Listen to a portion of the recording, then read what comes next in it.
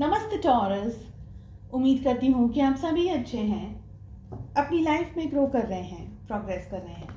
Sending you lots of prayers and best wishes from my side. Please take care, stay safe. 16 till the 31st of October 2023 कैसा रहेगा आपके लिए, इसी topic पे हम reading कर रहे हैं। जनरल एंड कलेक्टिव रीडिंग्स हैं। साथ ही अगर आप अपने लिए एक पर्सनलाइज्ड टारो रीडिंग को बुक करना चाहते हैं तो डिस्क्रिप्शन के अंदर मेरा व्हाट्सएप नंबर अवेलेबल है, और अगर आप मुझे दूसरे सोशल मीडिया प्लेटफॉर्म्स पे फॉलो करना चाहते हैं, सारी लिंक आपको इसी वीडियो की डिस्क्रिप्शन बॉक्स के अंदर मिल जाएगी। जो नए हैं चैनल पे उन्हें मैं बता दूं कि हम मंथली रीडिंग्स करते हैं, 15 डे रीडिंग्स करते हैं एंड ऑल 12 ज़ोडिएक साइंस के लिए रीडिंग करते हैं on different topics. First energy जो हमारे पास आ रही है वो है turning in, we have patience. साथ ही इंटेंसिटी की एनर्जी आ रही है,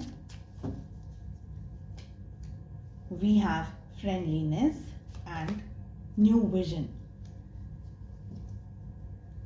टॉरस, ये जो टाइम पीरियड आ रहा है, आपको कहा जा रहा है कि एक्सेसिव स्ट्रेस, दूसरे क्या सोच रहे हैं, दूसरे क्या कहेंगे, दूसरे क्या कर रहे हैं, और अगर दूसरे आपके ऊपर प्रेशर क्रिएट करने की कोशिश कर रहे हैं, सबसे ज़्यादा आपका फोकस होना चाहिए खुद पे। You will have to dive deep in your thoughts, in your feelings, in your emotions. अपने भीतर झांकने की कोशिश कीजिए। आपकी जो स्ट्रेंथ है, आपकी जो ताकत है, वो कहाँ से आएगी? खुद के अंदर से आएगी। सेल्फ एनालिसिस कर सकते हैं, क्या करना है, क्या नहीं करना है, क्या आपके लिए अच्छा रहेगा आगे बढ़ने के लिए, क्या सही स्टेप्स लेकर के आपको आगे बढ़ना है।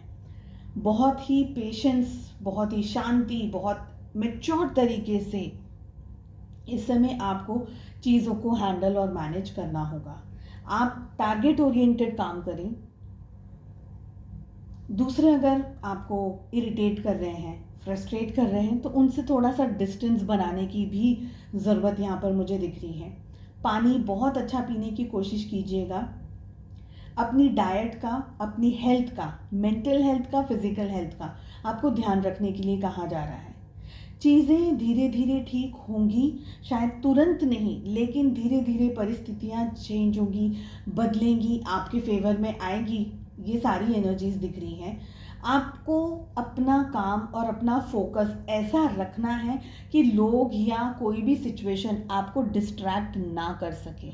अगर डिस्ट्रैक्शंस आ रहे हैं तो आपको इतना स्ट्रांग होना पड़ेगा अपने दिल से, अपने दिमाग से, कि आप वो डिस्ट्रैक्शंस से, वो आप जो डिस्ट्रैक्शंस हैं उससे आपको कोई फ़र्क ना पड़े। आप हेल्दी रहें, वेल बैलेंस्ड, पॉजिटिव स्टेट में रहें, मेंटली, फिजिकली, ये दिख रहा है।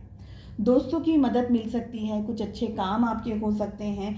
इन शॉर्ट मुझे ये भी लग रहा है कि आप किसी के साथ में कंबाइन होकर के, जैसे कहते हैं ना कि दो लोगों के साथ में जुड़ करके कोई बिजनेस कर रहे हैं, कोई टीम वर्क यहाँ पर मुझे दिख रहा है। हो सकता है पढ़ाई कर रहे हैं अगर आप एक स्टूडेंट हैं, या लोगों के साथ में इकट्ठा होकर के, मिल करके आप कुछ काम कर रहे हैं।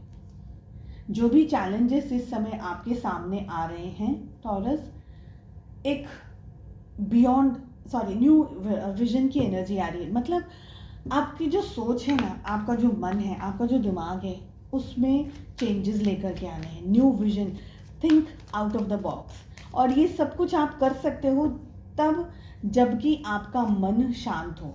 अगर अशांत मन से या दूसरों की बातों में आकर के डिसीजन लेने की, या ईगो के अंदर भी अगर आकर के आपने ऑपरेट करने की कोशिश की, तो जो अच्छी बन रही हैं चीज़ें उसको भी आप खो देंगे। सो अपने आप के अंदर एक कॉन्फिडेंस, एक power, strength and new vision. Do something which is, जो आपको ऐसा लग रहा है कि नहीं ये मैं कर सकता हूँ, डू इट। आप कर सकते हैं। आपको अपने ऊपर भरोसा रखना है और आगे बढ़ना है, ठीक है। लव लाइफ कैसी रहेगी वो भी हम देख लेते हैं। So we have 5 of swords,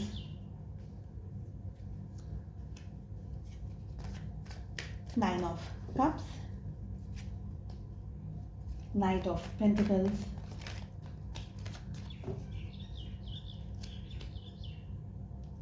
eight of cups की एनर्जी आ रही है, and we have 5 of cups.